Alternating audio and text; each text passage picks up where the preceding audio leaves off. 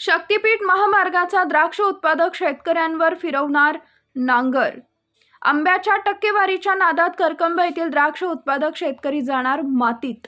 नागपूर ते गोवा असा शक्तीपीठ महामार्ग हा महाराष्ट्रातील एक महत्त्वाचा पायाभूत सुविधा प्रकल्प असून तो नागपूरला थेट गोव्याशी जोडतो।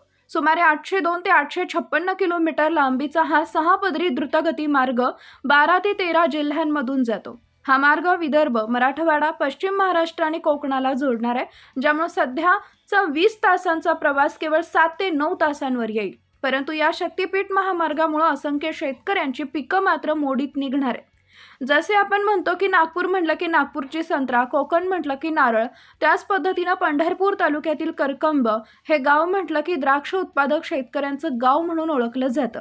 या गावांमध्ये सर्व शेतकरी हे द्राक्ष उत्पादक शेतकरी म्हणून ओळखले जातात। यातील काही शेतकरी द्राक्ष बेदाणा उत्पादक शेतकरी आहेत आणि काही द्राक्ष उत्पादक शेतकरी मार्केटिंगसाठी ओळखले जातात। परंतु या शक्तीपीठ महामार्गामुळे गावातील 60% द्राक्ष उत्पादक शेतकरी हा देश दुडीला जातोय। यांच्या द्राक्ष बागा या पूर्ण भुईसपाट होणार असल्याची चर्चा सर्वत्र केली जाते। तर दुसरीकडे स्थानिक नेत्यांच्या कार्यकर्त्यांची लुडबुड मात्र हा शक्तीपीठ या महामार्गातून जाणार आहे तिथं जास्त दिसतोय। या नेत्यांचे कार्यकर्ते मात्र आंब्याची झाडं लावण्यात व्यस्त आहेत। या महामार्गाची अलाइनमेंट कार्यकर्त्यांकडे व एजंटकडे पोहोचले असून कार्यकर्ते व एजंट हे गट नंबर प्रमाणे शेतकऱ्यांच्या गाठीभेटी घेतात।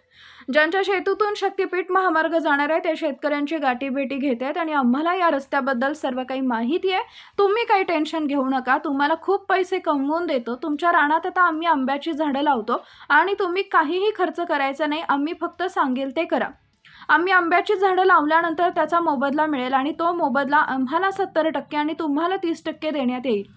तुम्ही आम्हाला स्टॅम्प आणि कोरे चेक द्या, अशा पद्धतीने एजंट लोकांची व कार्यकर्त्यांची लुडबुड शेतकऱ्यांच्या मागे दिसते।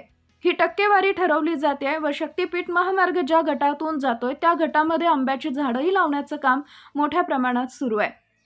30-70% फॉर्म्युला हा नेत्यांच्या कार्यकर्त्यांचा व एजंटचा ठरला असून या कार्यकर्त्यांना व एजंट लोकांना याचा किती फायदा होणार हे पाहणं तितकंच महत्त्वाचं ठरणार आहे।